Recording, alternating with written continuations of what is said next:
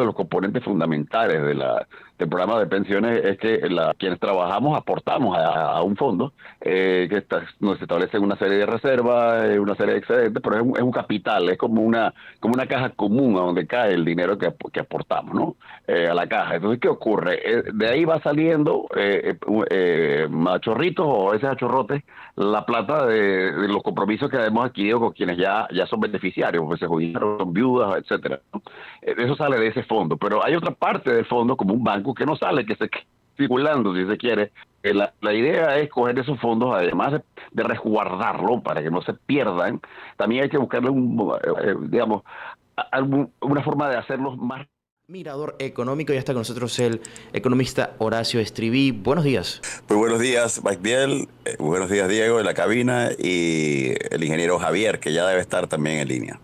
Así es. Ahora sí, buenos días, Javier. Bueno, felicidades a todas las madres. Me anticipo por esta vía a mandarles una congratulación a las madres panameñas, incluyendo a mi mamá y a mis tías, a mis familiares. Y perdóname el atrevimiento de personalizar. Por primera vez lo hago de la radio, pero sí, un saludo para ellas también. Así es, saludos, saludos, saludos. ¿Qué tenemos para hoy? ¿Cuáles son los temas? Mira, dada la beligerancia, digamos, la dinámica que ha adquirido el debate en torno de la posible reforma a la Caja de Seguro Social, quisiera desistir hoy del tema internacional y enfocarnos en ese aspecto, ¿no? Básicamente, en estos 30 minutos, 25 minutos que nos quedan de vuelo, lo que quisiera es no abordar todo el tema de la Caja de Seguro Social, Javier y Magdiel, porque se trata de un anteproyecto de ley de casi 90 y pico de páginas, ¿no? Sino más bien en un aspecto, hacer un poco el ejercicio que hicimos en un programa anterior cuando desarticulamos un poquito el argumento relativo al programa hipotecario, donde el planteamiento era que eso tenía que seguir bajo la administración de la Caja de Seguro Social, y donde nosotros asomamos una tesis que iba en sentido contrario, que decíamos, no, todo lo contrario, ese programa sí debe salir de la Caja de Seguro Social y pasar a otro estrato. Hoy vamos a tratar de hacer un ejercicio similar, que tiene que ver específicamente con uno de los componentes que es vital en el funcionamiento del programa de pensiones públicos, que tiene que ver con el programa de inversiones de la Caja del Seguro, y vamos a explicar a qué obedece ese mecanismo, por qué existen esos fondos, cuál debería ser la utilidad de esos fondos. Y por otro lado, vamos a cerrar, luego de esa argumentación, vamos a terminar con dos grandes reflexiones atinentes al problema. No sé, que nosotros no vamos a abordar en general la reforma, sino en particular un aspecto, y luego reflexionar un poco en general sobre la situación que se vive en este momento con respecto a esa discusión.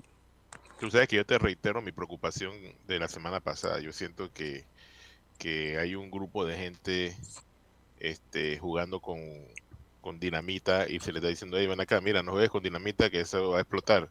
Y la gente, no, sigamos jugando con dinamita y hagamos tonterías y juguemos a la política, y mira que yo quiero ser legislador dentro de 5 años, y no están viendo el potencial realmente de destrucción que tiene este tema para nuestro país. Y no estamos hablando de niveles personales, estamos hablando a nivel institucional, a nivel de nuestro país, de la existencia de Panamá como nación. Yo coincido contigo, y es uno de los temas que hay que al final abordarlo, que tiene su origen, creo que en dos componentes. Un poco quizá la falta de madurez en la visión que tenemos que tener todos respecto al problema en sí. Y luego entonces, obviamente, el interés muy individual, muy particular, que es muy entendible, es muy humano, el querer capitalizar el máximo provecho personal de una situación X o Y, indistintamente a las consecuencias que eso pueda tener sobre el grupo, ¿no? Sí. Y eso se explica inclusive en teoría económica, Javier. Hay teorías que explican eso, ¿no? Te puedo dar un pequeño ejemplo. Y me tomo 2 minutos para explicarla. Se llama la desgracia de los comunes. La tragedia de los Y comunes, sí. la tragedia de los comunes, gracias por la corrección, muy, muy atinada. La tragedia de los comunes básicamente se fundamenta en un ejemplo práctico, que es el siguiente. Existe un grupo granjeros que tienen animales. En este caso puede ser ovejas. Y esas ovejas pastan en un área determinada, ¿no?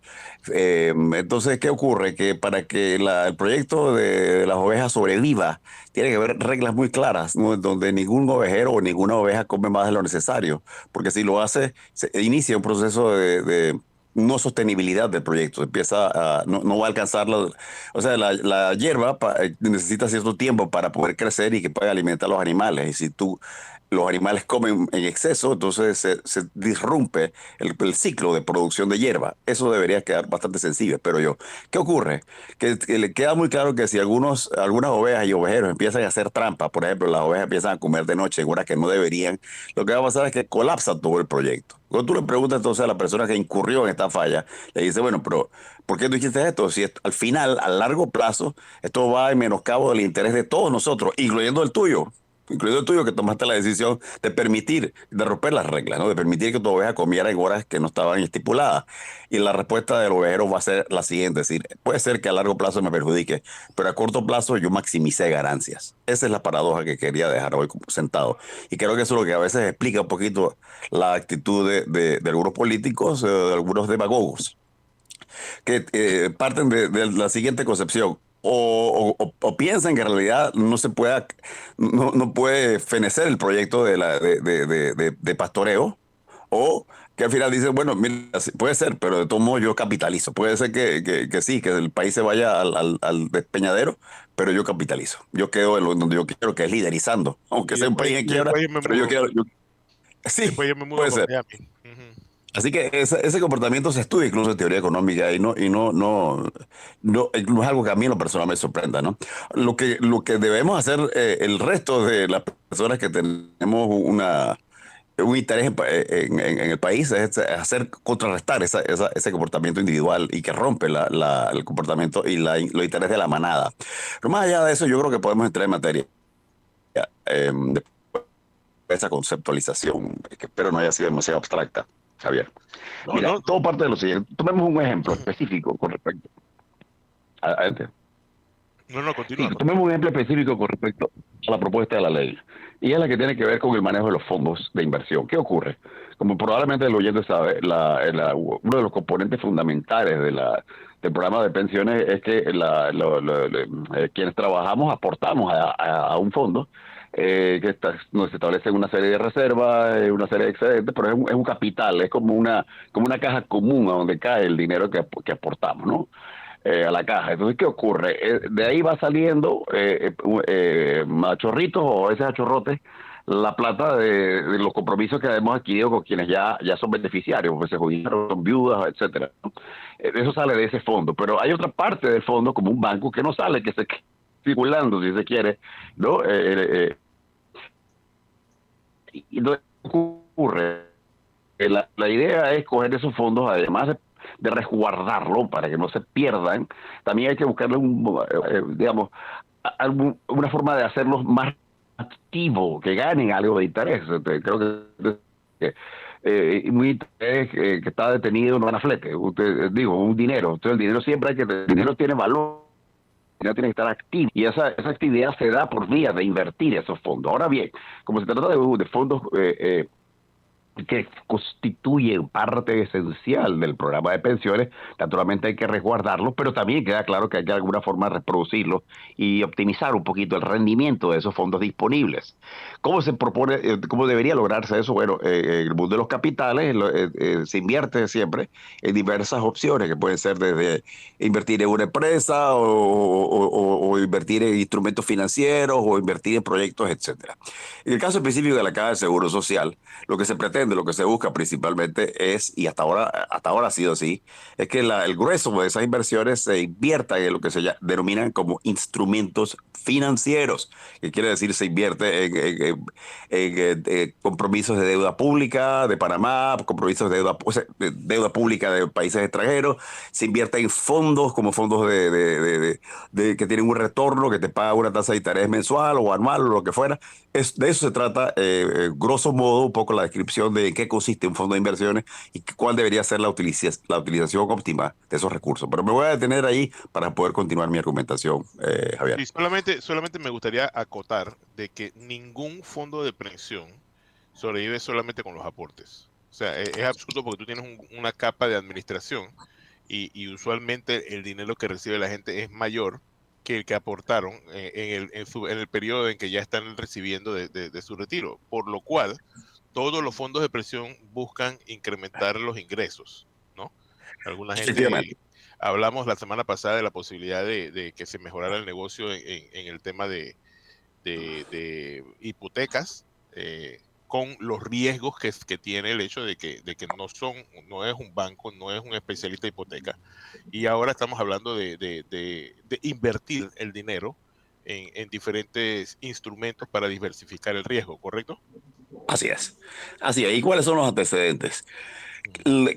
Básicamente en el caso específico, a nivel internacional, ni siquiera la voy a mencionar porque alguien me va a argumentar, pero eso es Estados Unidos, allá sí hay Estado de Derecho, allá sí castigan a los corruptos, allá esto, allá lo otro, allá sí son civilizados, acá no somos.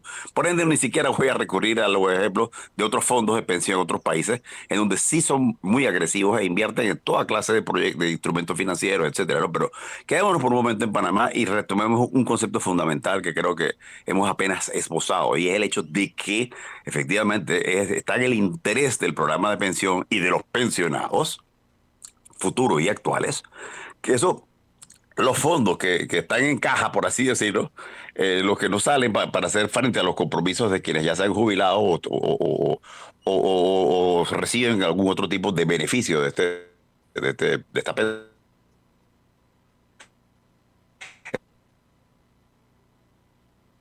¿Aló? Sí, lo que se ha hecho es colocar estos, ya hay antecedentes de esto, y así se ha venido haciendo por años, se colocan estos fondos, estos excedentes, entre comillas, se colocan en instrumentos financieros que arrojan ciertos réditos. Pero ¿qué ocurre? Que hay que hacerlo de una forma eh, cautelosa, por cuanto que hay que buscar que se cumpla un principio fundamental en materia financiera, que es sí, yo quiero que mis fondos tengan intereses, quiero que generen una rentabilidad, pero esa rentabilidad debe ser a un mínimo riesgo, ¿no? Porque en el caso específico de un programa de pensiones como el de Panamá o cualquier otro, lo que se busca es maximizar más la seguridad, no tanto el rendimiento, ¿no? Eso es un hecho, pero sí tiene que buscarse un cierto nivel de rendimiento. Son demasiados millones de dólares para tenerlos allí ociosos. Entonces ya la ley de por sí, cuando se reformó en el 2005, e inclusive de antes de la ley del seguro y del manejo de fondos de inversión, ya permitía esta posibilidad de invertir en algunos instrumentos bancarios, instrumentos financieros, en instrumentos que al final arrojaran algún tipo de rédito sin incurrir en grandes riesgos. ¿Qué propone la actual ley? Pues propuesta de ley, básicamente lo mismo, lo único que con algunos ajustes, de modo que, por ejemplo, se refuerza un poco la capacidad de supervisión que tiene la Caja del Seguro Social sobre el manejo de esos fondos, pero se mantiene casi que y se establecen otros mecanismos para que se pueda diversificar ese riesgo, ampliando el abanico, el espectro de instrumentos en los cuales se puede invertir y tratando de establecer mecanismos un poco más ágiles, más rápidos para que esas decisiones que se deben adoptar, que involucran millones de dólares, ¿no? Que se puedan tomar de forma más rápida, más abreviada, si se quiere, tomando en cuenta lo que ya se ha dicho, que el objetivo final de estos fondos es, sí, preservar la seguridad, que no se pierda, pero también generar algún tipo de rédito. ¿Estamos claros hasta ahí, Javier? Así es, así es. A mí lo que me atrae la atención es este tema de que es tan difícil de entender para algunos que si quieres más plata, hay que mover la plata. O sea, que la plata no puede estar sentada nada más en el banco, ¿no? Efectivamente, entonces, ¿qué ocurre? La propuesta sigue manteniendo y refuerza inclusive un concepto que es fundamental, que es el siguiente.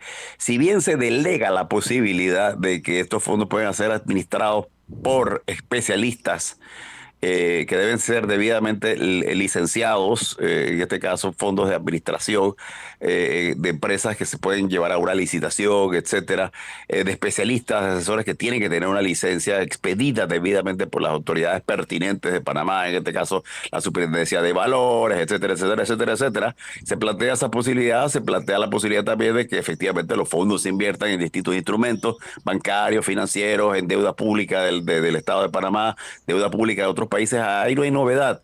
Lo que se refuerza es el siguiente concepto, es el hecho de que más allá de que se puedan contratar administradoras privadas o no, más allá de que se pueda invertir en instrumentos del Estado panameño o de otros estados o de bancos panameños o no, más allá de eso, si se mantiene y se refuerza un principio fundamental, y es que las decisiones estratégicas, las políticas de inversión, las sigue determinando la Junta Directiva, y que la delega en unas unidades técnicas que están especializadas en dos aspectos. Uno, vigilar por el riesgo de esas inversiones. Dos, vigilar por la rentabilidad de eso. Entonces, ¿qué ocurre? Si bien los fondos nuestros se pueden invertir, se hacen bajo la tutela y la supervisión de la Junta Directiva y de unidades especiales, supervisadas por unidades especializadas en velar por el cumplimiento de estos objetivos que hemos señalado.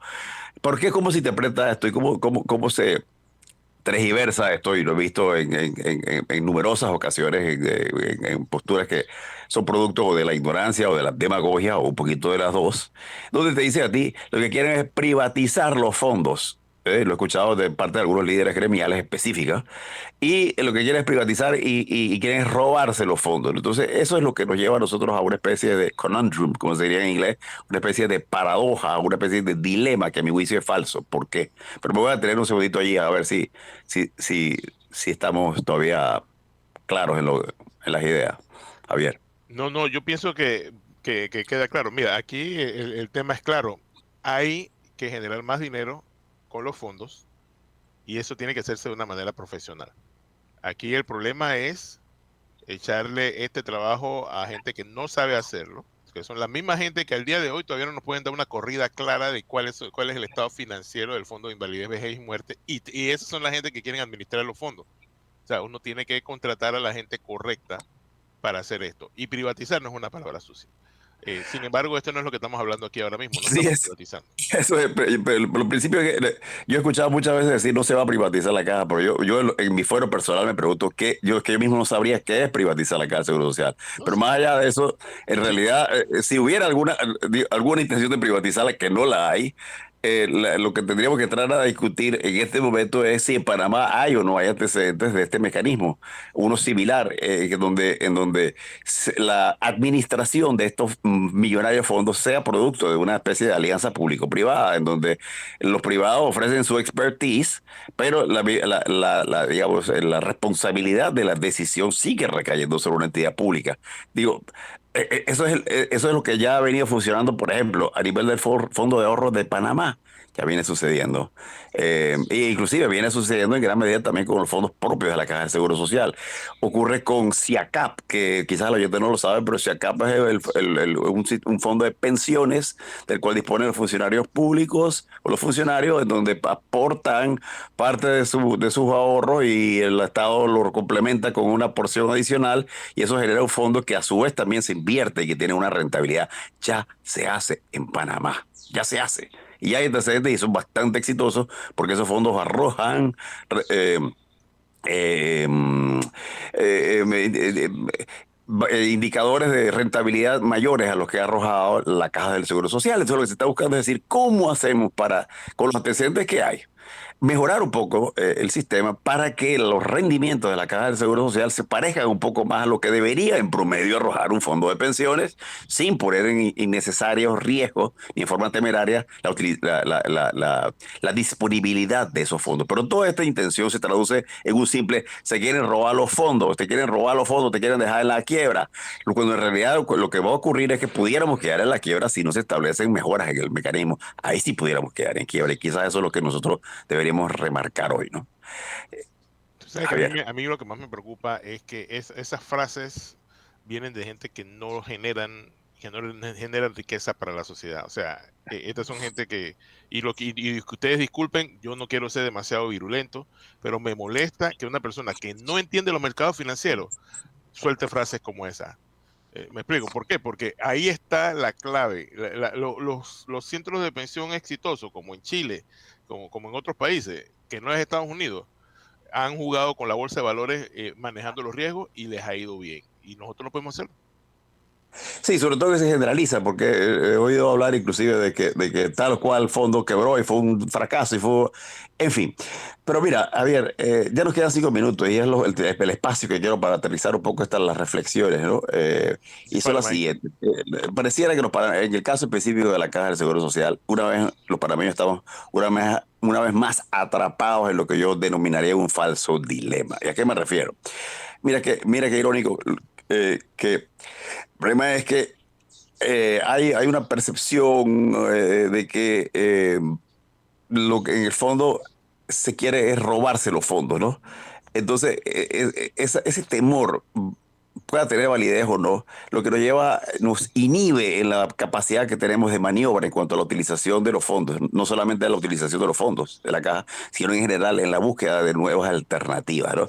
Entonces, esto es irónico porque fíjate que quienes alegan esto, que les dicen que no se puede, primero ya hay fondos, parte de esos fondos invertidos en instrumentos que emiten agentes privados. También hay una parte invertida en instrumentos que emiten agentes públicos, como los gobiernos. Se emite en instrumentos financieros de bancos, instrumentos financieros de otros países. Pero más allá de eso, lo curioso es que quienes alegan eso, precisamente tienen su plata en el banco. Hoy por hoy, la banca panameña tiene depósitos por más de 100 mil millones de dólares, ¿no? Entonces, es irónico porque si tenemos el temor de que los bancos van a cogerse la plata de que nosotros le depositamos, entonces, de eso no quiero ni decirlo en broma, pero tendríamos que correr todos a sacar la plata porque los bancos se roban la plata. Entonces, ahí es donde yo llamo a la cordura, a la mesura, ¿no? Y al realismo, al pragmatismo de quienes invocan estos argumentos, algunos por ignorancia y otros por maledicencia. Contrastemos la realidad de los hechos. Ahora bien, más allá de eso, supongamos que, y siempre hay un margen hay un riesgo de que efectivamente se incurra en actos de corrupción.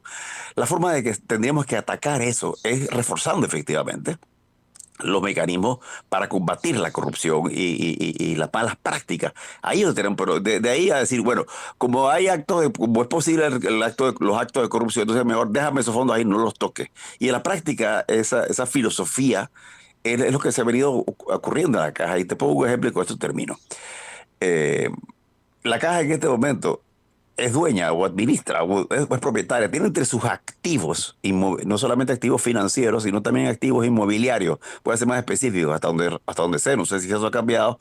Buena parte de de las casas que hay abandonadas en el área de Amador, para quienes que hemos llevado a los hijos a picnic, a jugar fútbol allá al Causeway, esas propiedades son, buena parte de ellas son propiedad nada más y nada menos que de la Caja de Seguro Social.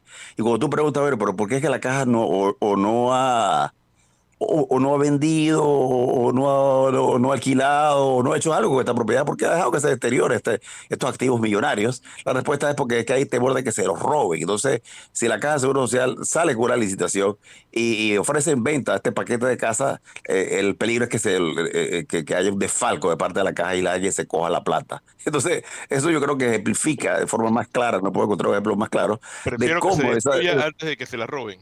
sí, porque se la roben mejor es que se deterioren. Cuando la verdad es que si lo ves desde un punto de vista más altruista, tú dirías así, faculta a la caja que lo venda y eso sí, hay de ellos que se lo roben porque lo vamos a meter preso. Eso es lo que idealmente funcionaría en una sociedad con una concepción distinta. Pero no al punto de decir, bueno, y un poco también el argumento de por qué no paga impuestos. No paga impuestos porque se los roban. Entonces, bueno, al no pagar impuestos, entonces se va achicando cada vez más el acervo de bienes públicos que tiene que costar al Estado para poder efectivamente ofrecer servicios públicos, crecer en infraestructura y mejorar en general el bienestar de la sociedad. Ese es el dilema en el que estamos atrapados. Magdiel, te dejamos poco tiempo para tu conclusión. Primero, tú decías algo, Javier, que el dinero no debe estar quieto, el dinero tiene que movilizarse, tiene que moverse. Esa dinámica es importante y creo que también haciendo eco en lo que mencionaba Horacio, mirar lo banal, las perspicacias, las cosas que realmente no importan, no ayudan al debate. Aquí tenemos que pensar en frío y entender que hay una dinámica. Al final, este fondo de pensiones no es o no se administra solo. Hay aspectos que hay que considerar fuera de la caja que no estamos mirando, y qué bueno que hayan traído la conversación y compartido con toda la audiencia un aspecto que no se discute, porque o no se sabe, no se conoce, o sencillamente no les interesa a aquellos que tienen otros intereses, valga la redundancia, políticos. Pero gracias por acompañarnos, gracias Horacio, gracias Javier. Será hasta el próximo viernes, claro que sí, con Mirador Económico. Feliz viernes.